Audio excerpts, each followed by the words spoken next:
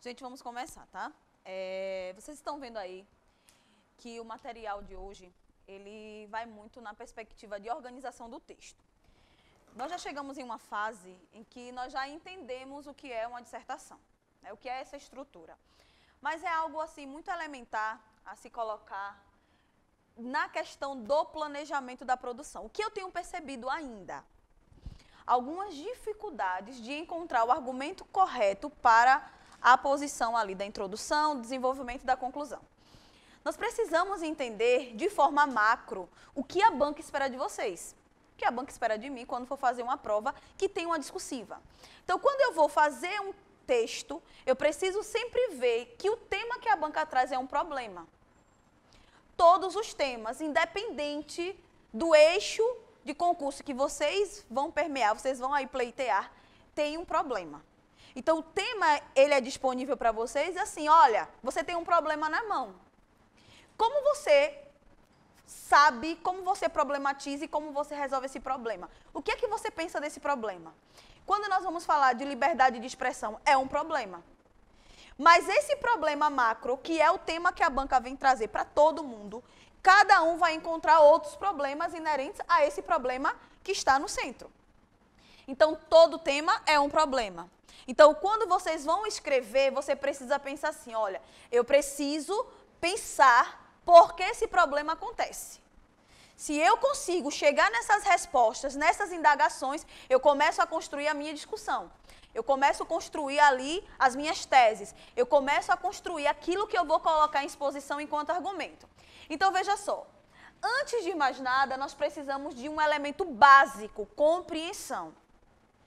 É incrível como ainda hoje existem pessoas que não sabem o que é um recorte temático. Você tem um tema disponível para você.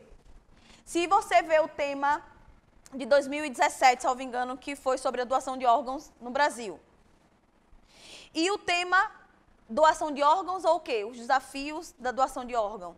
O que é que tem atrelando ao tema central, que são as doações de órgãos? Eu preciso olhar que, se for os desafios na doação de órgãos no Brasil, o que eu tenho que percorrer são o quê? Nos problemas que acontecem com relação aos desafios. Se eu tenho o tema, os caminhos para coibir a violência contra a mulher no Brasil, o que é que eu tenho que falar? Eu tenho que falar sobre o problema do quê? Desse percurso que tem aí na violência contra a mulher. Então, é entender que não é falar sobre violência contra a mulher de forma expositiva, de forma macro. O que é a violência, mas o quê? Quais são os caminhos, ou quais são os problemas, quais são os desafios que eu preciso listar ali para colocar o tema violência contra a mulher. Então, antes de mais nada, eu preciso olhar para a compreensão e entender que a frase que está ali presente, vocês estão vendo, que em muitos casos eu já tenho citações que eu preciso observar quais são as palavras-chave. Porque muitas pessoas têm fuga total ou fuga parcial porque não conseguem entender quais são os caminhos que a banca quer que trilhe. Se eu for falar sobre saneamento básico no Brasil, se só for isso, fica bem amplo. Mas se falar os desafios, aí eu preciso entender que eu preciso falar sobre os desafios. Então, o que é que nós precisamos entender? Que nós precisamos, de fato, compreender o que está ali intrínseco naquele tema, certo?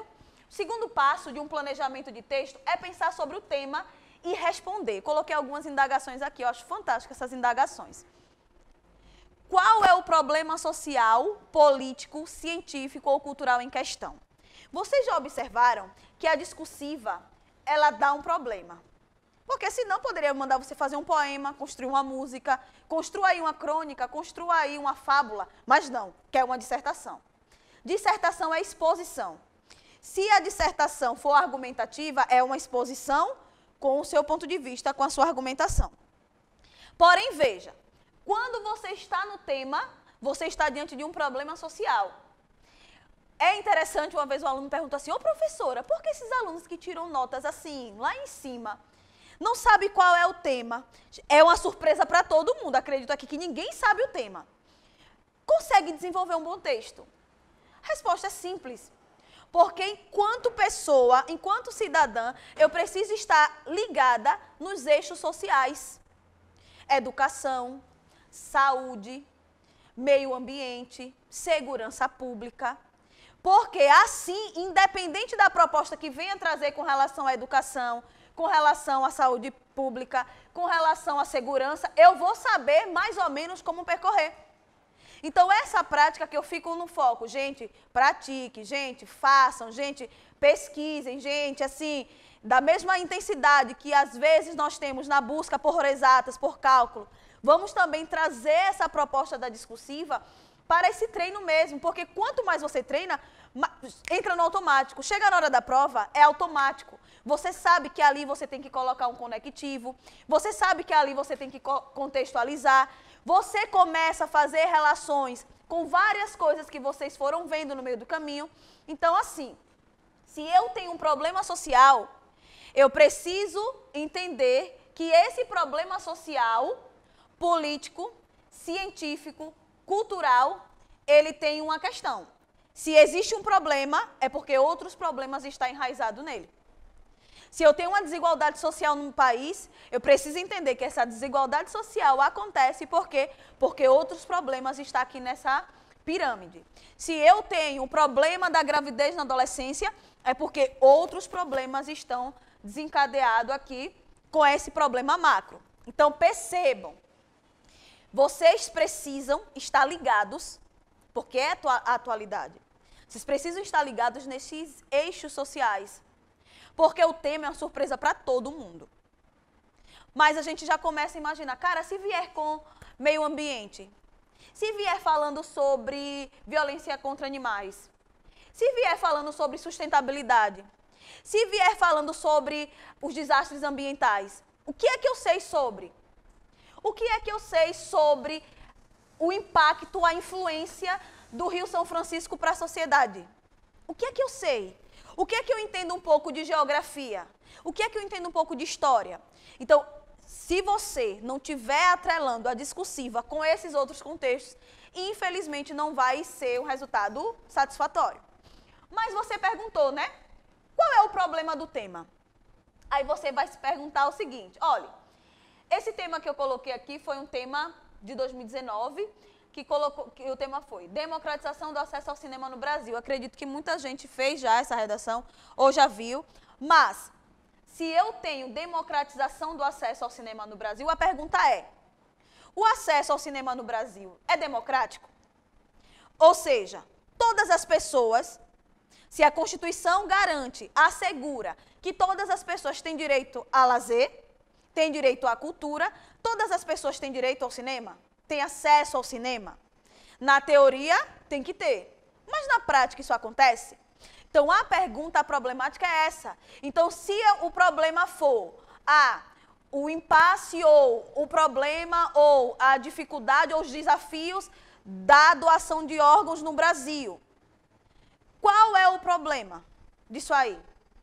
O porquê hoje nosso país ainda tem tantas dificuldades, tem tantos preconceitos com relação às doações de órgãos? Porque nós vemos que as filas nos hospitais, as pessoas que estão aguardando um transplante, ainda é tão difícil esse acesso. O que é que está faltando? Por que tem esse problema? Então, são essas indagações que eu preciso fazer. Se eu tenho um impacto no meio ambiente, se eu tenho desastres ambientais, se eu consigo observar para o cenário geográfico em que eu vivo, porque hoje eu posso dizer que há uma influência tão grande no meio ambiente do homem. Então, são essas indagações que precisam ser feitas, porque se eu não conseguir fazer essas perguntas, eu não consigo descobrir as respostas. E são essas respostas que o texto ele vai querer. São essas respostas que quando o seu corretor for ler, vai chegar assim, tá, beleza, eu coloquei uma pergunta, lhe inquietei, e o que foi que você fez? O que foi que você argumentou? Daí, uma coisa é muito interessante, porque todo tema sempre vem com textos de apoio. Agora, tem uma tendência também, só vim agora os temas, né? E os textos de apoio estão onde? Nas questões de língua portuguesa. Mas tem. Acabou um concurso agora há pouco, que foi do Corpo de Bombeiro. e a base toda... Não, corresponderam não, mito, depende. Foi só um tema que foi dado. Mas todos os textos de apoio estavam onde? Na prova de redação, de português. Ou seja, tem textos motivadores. Então, eu preciso olhar para esses textos e começar a construir o que mais ou menos, se a banca escolheu aqueles textos, quer persuadir ali, quer que eu trilhe um caminho apropriado para ele. Porque se for falar sobre publicidade infantil, se a banca quiser que eu fale da publicidade da criança sendo usada na propaganda, ela vai dizer nos textos. Mas, se a banca quiser que eu fale da publicidade infantil, da criança consumindo aquele produto, a banca vai trazer nos textos isso aí. Porque se ela falar só assim, publicidade infantil em questão, fica aberto. Não fica aberto? Onde é que eu vou encontrar mais ou menos o que a banca quer ouvir nos textos que são fornecidos?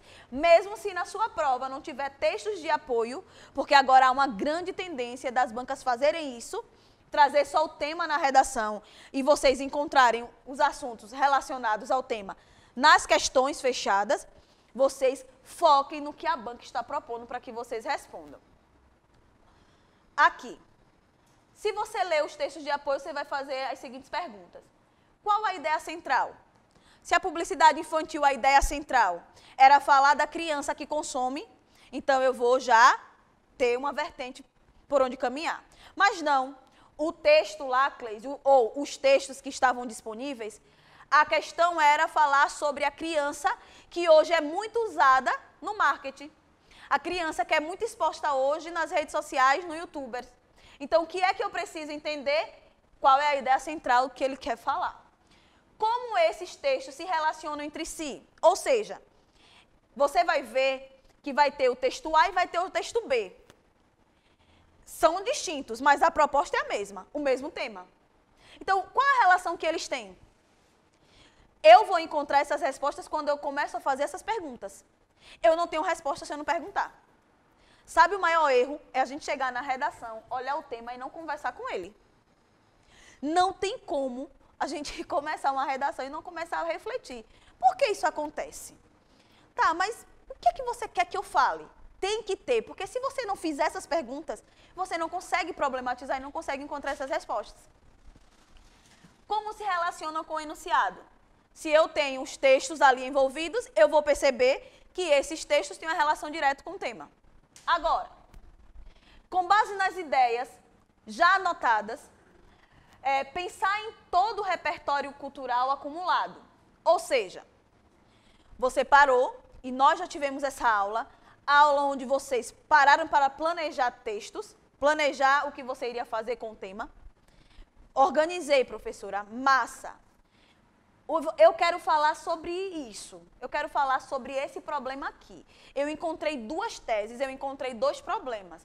Eu acho que a gravidez na adolescência acontece porque as escolas não têm educação sexual e também acredito pela falta de estrutura familiar. Então foram os dois problemas que eu encontrei. Eu encontrei esses dois problemas, mas eu preciso montar um repertório. E esse repertório aí vem... O tema se relaciona a algum filme? Aí eu vou pensar, eita, poxa, eu assisti um filme que tinha uma história de uma jovem, um adolescente, que passou por esse problema. Ou eu assisti uma série, um filme, onde tinha um exemplo de uma escola que tinha educação sexual, porque não foi um dos argumentos que eu levantei? Então, eu posso colocar ali. Não, eu não vi não, professora, mas como eu sou muito fã de série, ou então de livros. Então, tem um autor fulano de tal que tem uma obra que fala justamente sobre. Eu posso falar sobre um autor ou sobre um filósofo, mas também posso fazer uma conjuntura histórica. Posso olhar, eu quero falar sobre a construção da mulher na sociedade e que essa mulher, mesmo quando ela era pequena, mesmo quando ela era uma adolescente, que ela já tinha corpo, que ela já era uma moça, ela já era dada em casamento. Então, antigamente, isso não era, entre aspas, errado, não era socialmente mal visto. Então, eu consigo olhar, eu consigo fazer o quê? Alinhar o que eu penso e conseguir atrelar o repertório que eu quero montar. Mas eu só consigo encontrar essas respostas se eu fizer essas perguntas. E para além de fazer essas perguntas, eu preciso ter o conhecimento amplo daquilo que eu estou querendo propor. Não adianta eu querer citar um filósofo se eu não entendo de filosofia. Não adianta querer colocar um fator histórico se eu vou me perder e não sei qual foi o momento histórico. Ah, mas aconteceu, tá. Mas aconteceu em que momento da história? Ah, não, professora, eu quero falar do filme, mas eu não sei qual era o nome do filme. Eu não posso dizer assim, um filme aí. Eu tenho que falar qual é o filme. Se eu quero citar o personagem, eu preciso falar quem é o personagem. Porque às vezes tem isso, na hora a gente lembra de alguma coisa, mas a gente não tem a referência. Tá, poxa, eu assisti um filme, Lagoa Azul, que nunca mais passou na Globo, né? Antigamente passava tanto, Lagoa Azul. Tô até sentindo falta, Lagoa Azul. Aí você não lembra. Quem lembra o nome do personagem? Assistiu tanto, mas quem lembra o nome daqueles personagens? Eu não lembro. Ah, Lagoa Azul, beleza. Eu preciso saber, tá, vou citar Lagoa Azul, mas que contexto tem Lagoa Azul? Aí eu quero falar que a menina ali, naquela situação, ela teve uma gravidez por vários motivos, inclusive um deles é porque não tinha ali meios, né, contraceptivos, então a menina engravidou sem... Tá, faço uma relação, mas tenha argumentos plausíveis, ou seja... Quando eu começo a pensar nessas respostas, eu começo a fazer o quê? Eu começo a criar esse repertório cultural. Gente, vocês sabem que isso, se não tiver isso no texto, o texto ele é extremamente frágil. Se o seu texto só tiver aquilo que você pensa doidado assim, a gente sai colocando, eu vou ter sérios problemas. Qual é a maior dificuldade? A gente sabe muita coisa, mas a gente, quando vai colocar para o papel, trava. Ou então... A gente sabe muito, escreve muito, mas não consegue resumir, organizar ali nos parágrafos. Aí o que acontece? Eu não consigo chegar no resultado final. E entender que quem vai ler o meu texto, ele quer saber se eu sou crítico, mas quer saber se também eu tenho conhecimento de mundo. Não adianta querer fazer um concurso público, não adianta querer fazer... Vocês sabem que vocês vão ter uma discursiva. Todo mundo sabe que tem uma redação lá. Mas não adianta eu querer fazer uma discursiva se eu não vou olhar a atualidade, se eu não vou olhar o que está acontecendo, não só aqui no Brasil, mas também fora. Quais são os impactos que isso acontece aqui? Porque quando eu faço isso, quem vai ler e fala, caramba, essa pessoa tem um repertório muito abrangente, não fica só aqui. Não pensa naquela caixa fechada. Ou seja, ela expande o conhecimento. Então, é isso que a banca quer. Mas, eu preciso também delimitar as causas para o problema em debate. Eu não posso dizer tudo o que eu quero dizer. Tem gente que sai colocando um monte de problema. Mas, professora, a gravidez na adolescência acontece por causa disso, disso. Oxi, não cabe nem nas duas mãos. A quantidade de problemas. Mas eu não tenho espaço para falar sobre todos eles. Até quantos problemas eu posso falar? Em uma redação? No máximo, 3. No mínimo, 2. Qual o conselho que eu dou? Fique nos 2. Por quê? Porque 2 bem escrito vale mais do que 3 meia boca. Então, se você falar bem dos 2 problemas que você elencou com relação ao tema, você tem espaço para escrever, porque você não vai ter ali 3 folhas para escrever. Se deixar, tem gente que faz. Um artigo científico na redação. Mas eles delimitam, opa, eu quero que você escreva bem. Gente, é um desafio. Para pensar. Eu tenho que citar história, eu tenho que citar filosofia, eu tenho que citar filme, série, eu tenho que falar disso, daquilo em 30 linhas. E o meu corretor ainda vai olhar o seguinte, escreveu bem? Ainda vai me julgar. E eu saí lá, coloquei tanta coisa, professora, eu fiz a redação, eu fui na história, de repente eu fui lá em Platão, de repente eu estava na série e tal, ficou fantástico. Falou e não disse nada, se perdeu. Então o que acontece? Eu preciso delimitar.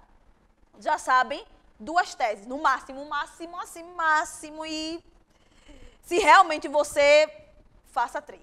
Mas cite 2 problemas. Não passe desses 2 problemas, mesmo que na hora você fale, eita, professor, eu citei a ausência da educação sexual na escola e também citei sobre a desestrutura familiar. Mas na hora me deu vontade, no segundo parágrafo lá de desenvolvimento, eu senti vontade de falar sobre a questão da desigualdade social. Cara, não se sentiu vontade, chega em casa, faz uma monografia, um TCC, fala sobre. Mas ali não é mais espaço para falar mais nada.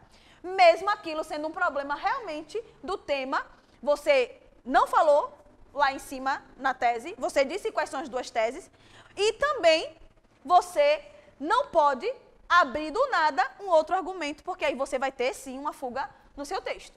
Uma fuga de quê? De proposta de tese que você colocou, de proposta de problema que você colocou.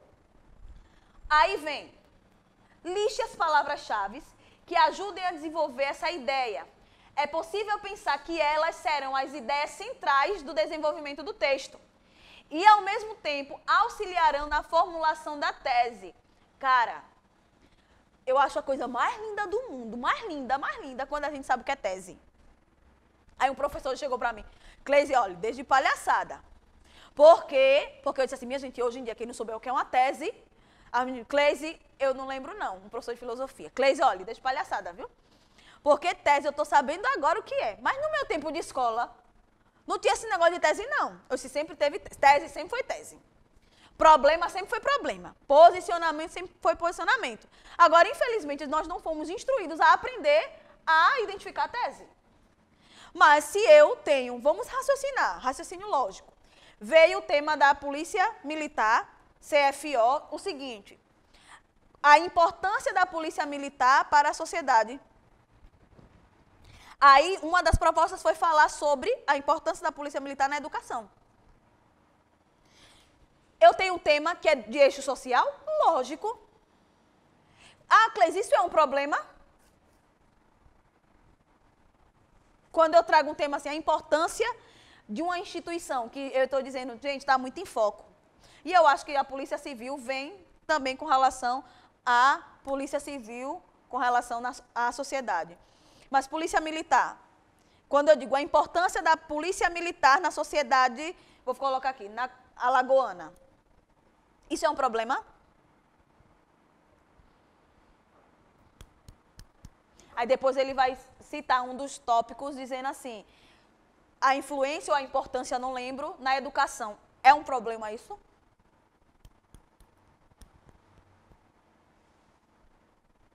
Eu posso então dizer que esse texto seria de caráter argumentativo ou expositivo?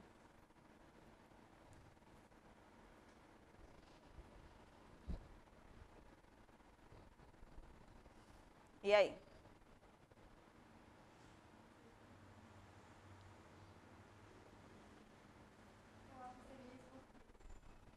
Seria expositivo, por quê?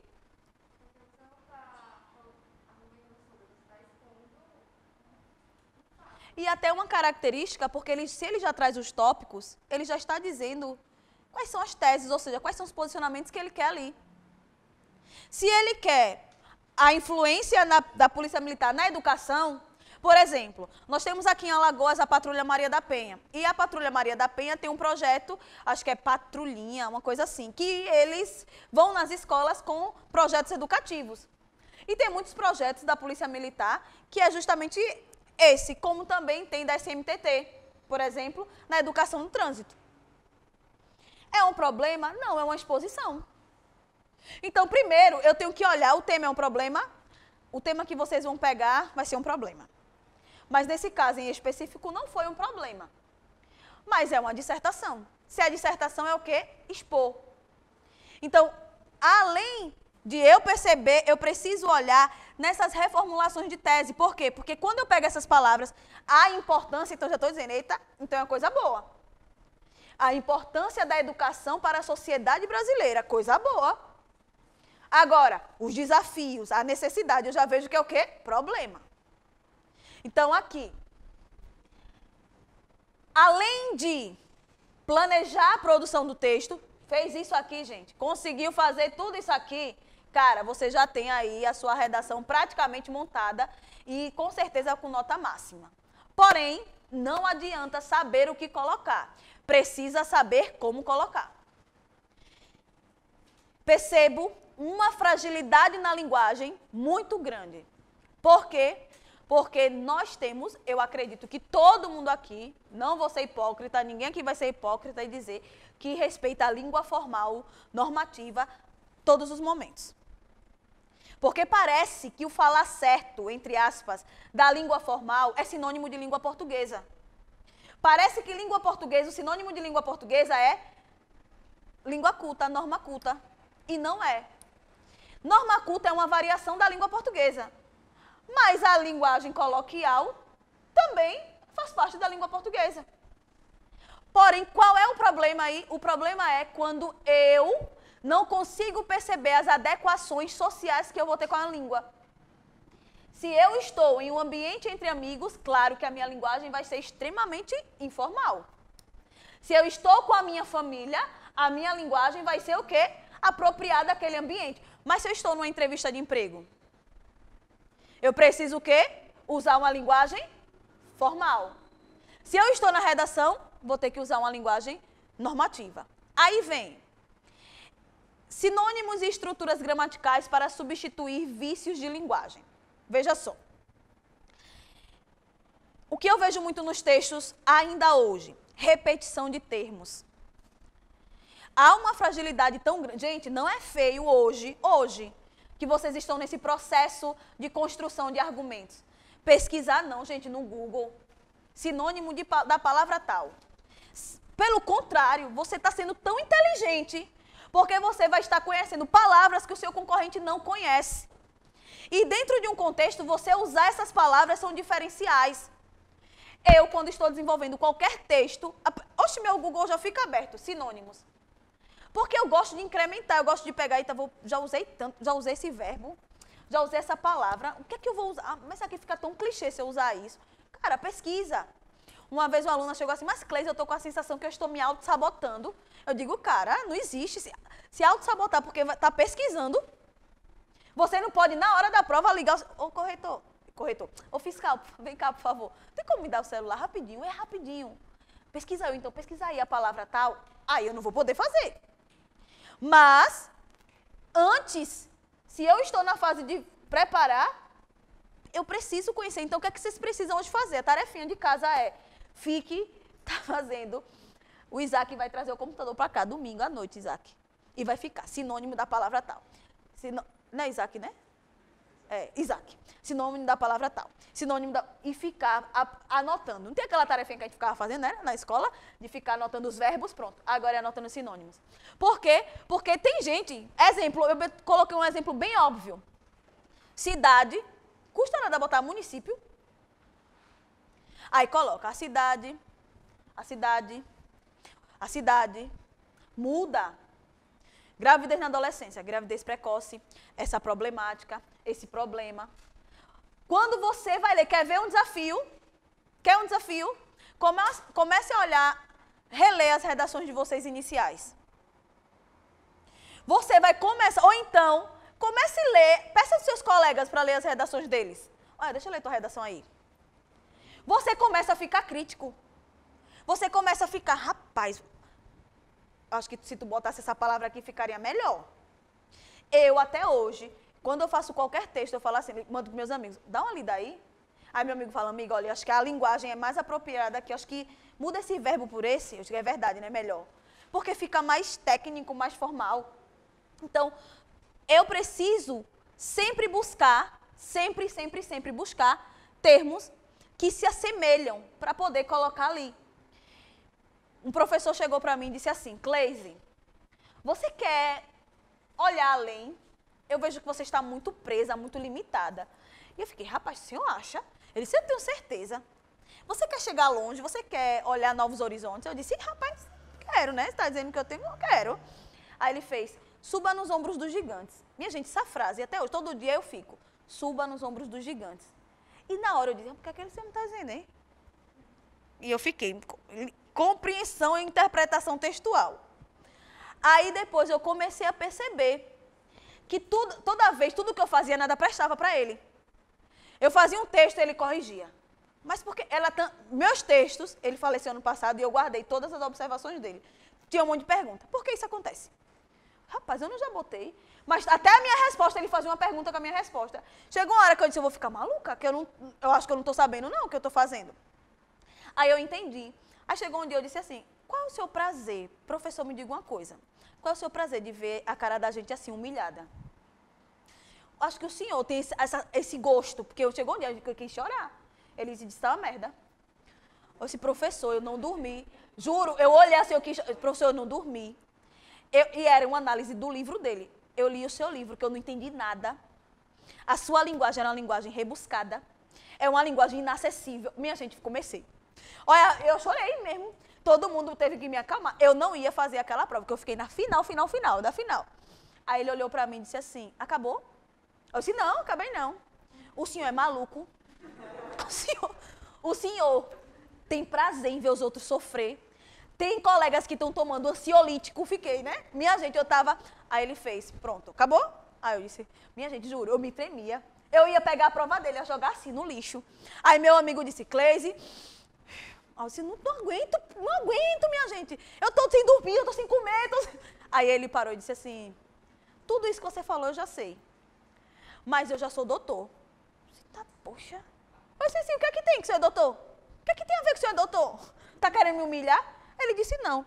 Eu comi muito feijão com farinha para chegar até aqui onde eu estou. E eu fiquei, minha gente, eu disse, meu Deus. Aí ele pegou e ainda fez bem assim. Agora, olha a prova. Ele pegou o dominó, virou, foi assim. Todo mundo sai da sala. Eu disse, poxa, olha, preparei. Olha, essa parte vocês cortam, viu? Preparei a pesca. Assim, meu Deus, não acredito não. Na minha cadeira, ele vai mandar eu sair daqui. Eu tô lascada, eu vou reprovar nessa disciplina. Aí todo mundo saiu. Eu disse, ele sabe que a gente vai pescar. E todo mundo saiu. Quando todo mundo saiu, ele fez bem assim. Fulana, uma. Aí a fulana entrou. Eu disse, minha gente, ele vai fazer a prova oral. Tô lascada. Vai ser oral. Aí ele chegou. Aí a fulana chamou mais um. Eu disse, o que é que esse homem tá fazendo lá dentro?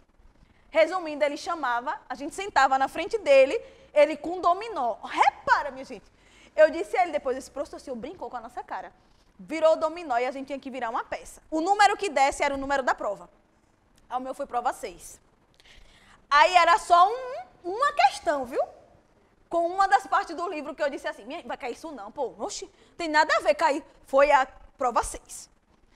Quando eu peguei, ele fez 6, anote com a minha caneta vermelha. Esse bexiga já quer me dar vermelho. Pegou a caneta dele vermelha, disse, anote seu nome e o número da sua prova. Eu disse, tá, poxa, tortura psicológica. Aí acabou, ele fez bem assim. Quem tema 1, aí a galera, façam dupla. Tema 2, aí ficou, eu disse, tô lascada. Aí meus amigos, os dois, né, pegaram o mesmo tema. Disse, tô sozinha. Tema 6, aí foram 3 pessoas. Aí eu disse, pronto, ele tá fazendo dupla, vai deixar um de fora, sou eu. Aí eu disse, professor, e agora, eu vou ficar sozinha também? Aí ele fez, você não se garante não? Você não chegou aqui toda bocuda? Eu disse, sim. Aí ele fez, sente em trio. Aí eu disse, beleza. Aí, minha gente, quando sentou, eu vou logo dizer, minha gente, eu não sei nada disso. Eu não estudei essa parte, comecei a minha, calma, Cleise. Aí ele fez, agora, eu vou dar 5 minutos para vocês consultarem o material.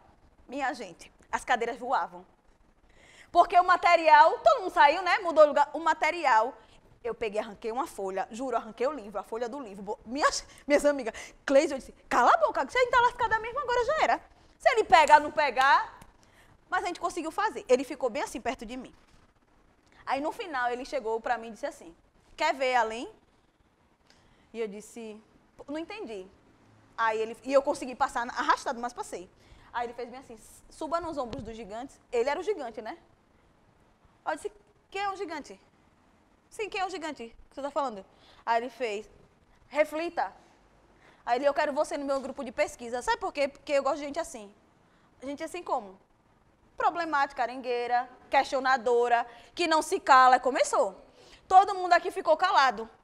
Todo mundo, quando eu passei, se calou. Só abaixou a cabeça e disse, eu vou fazer. Eu disse, professor, o que eu fiz foi assim, falta de educação. Ele foi, não. Eu disse, foi. Ele, o que eu fiz também. Aí começou. Resumindo, a gente ficou best friend.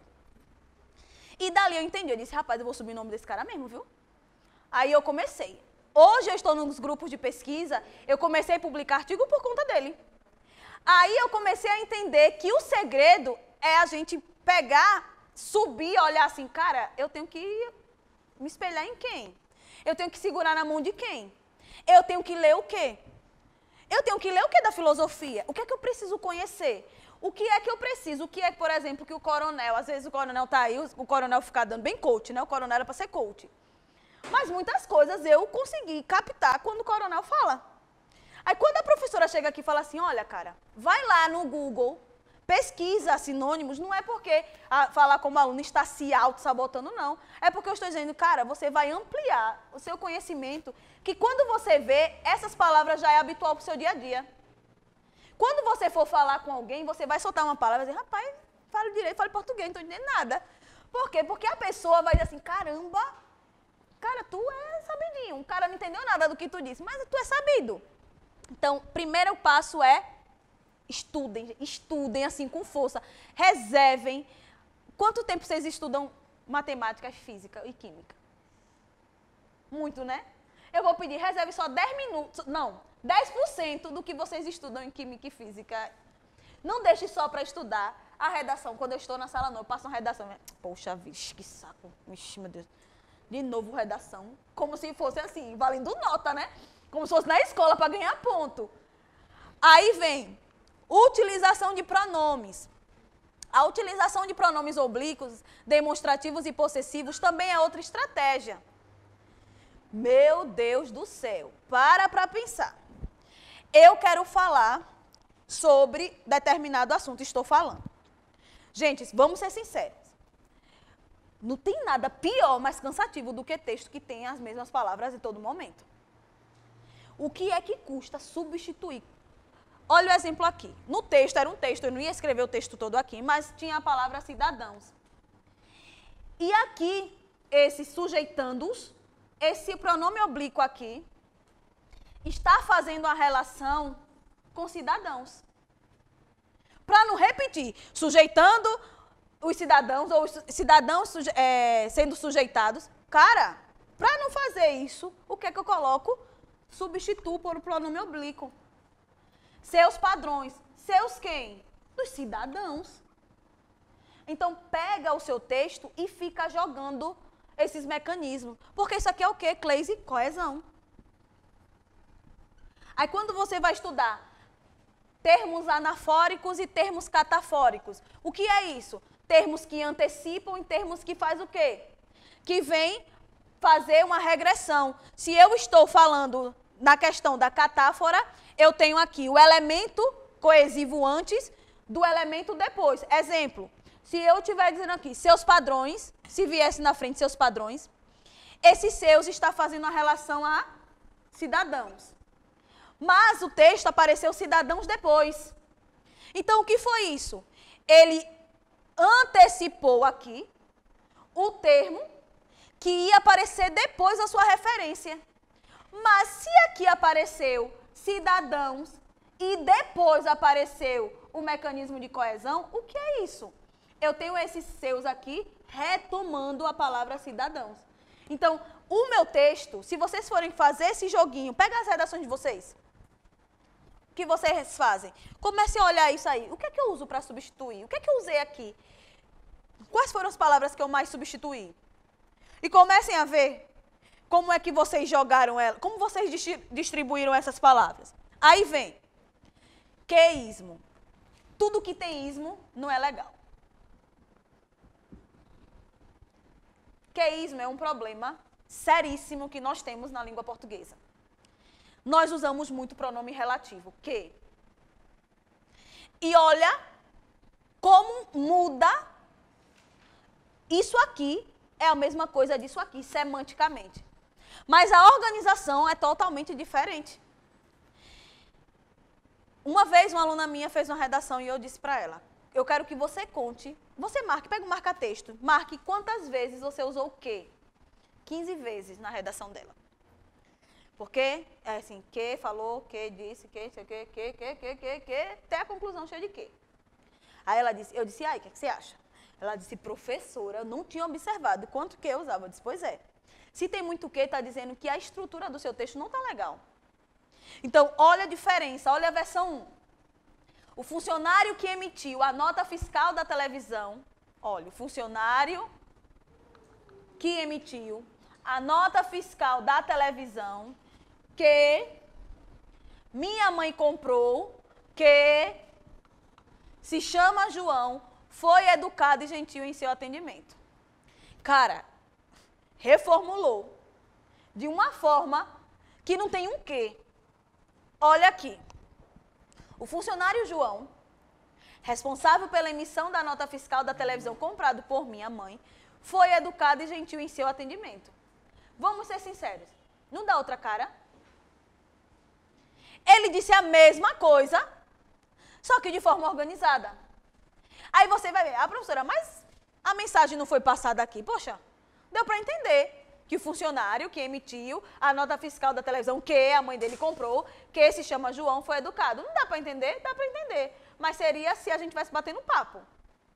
Se a gente estivesse ali, fosse comer um sanduíche e ficasse, rapaz, olha, o funcionário que emitiu, que minha mãe, aí pode. Mas quando eu vou colocar no texto, eu preciso, Cleise, então eu não vou usar nenhuma vez o quê? Pode usar. O problema é o excesso. Então, veja, quando você usa o quê, você está usando muito em frases desenvolvidas. Então, você tem que fazer o quê? Você tem que trazer para a oração reduzida.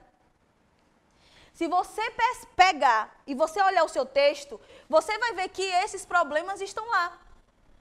Você vai perceber que esses problemas é muito recorrente nele. Aí se interfere diretamente também em quê? Na gramática.